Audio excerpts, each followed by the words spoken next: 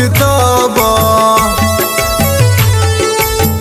इश्क मनसूत गुन ज़राबा आशिकी बाशद पाहंदगा कारी चम्मानती बिगरे वगा आशिकी दर्द दंतावा ज़मनी आशिकी सुर्रदन ये साज़मनी आशिकी गनों का कार सारिया आशिकी बाश दिला करारिया आशिकी बाशदी दगावाबा नजाने आशिकी कुजा त्राबा इस तरह पा सोची तरा हर वड़े याल कारी थी सारा इस तरह पा सोची तरा हर वड़े याल कारी थी सारा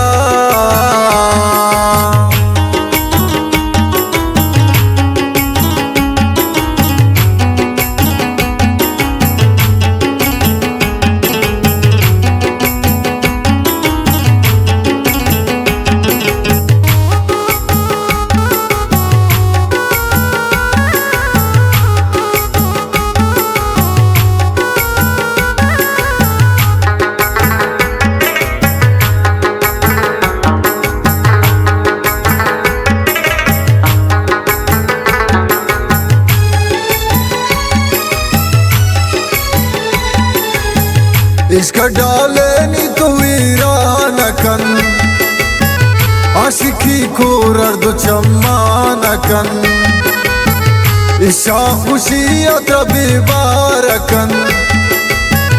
इश्क रेज़ीनी तो बीमारकन इसके यकीकी एक खजानगे ग्राने लफ्ज़े नज़ा कसवानगे इशा ज़मीन आसमान बा बर ग्रीवां बर गलान बा आशिकी जोड़ को यक निगाह भी कुजा बार यक दिल को दुजाह भी इस तरह पा सोची तरा हर वड़े याल कारी थी सारा इस तरह पा सोची तिन तारा हर वड़े याल कारी थी सारा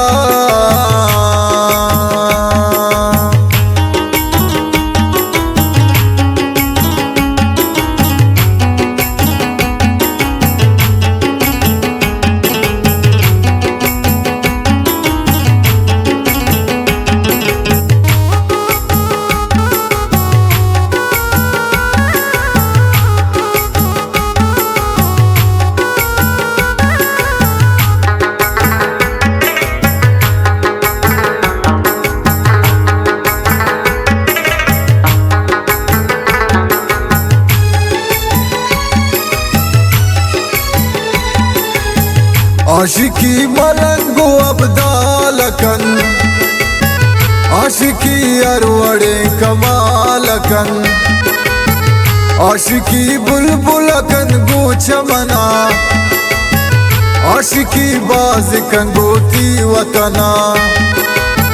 सच्चाई इश्क तरा फकीरकन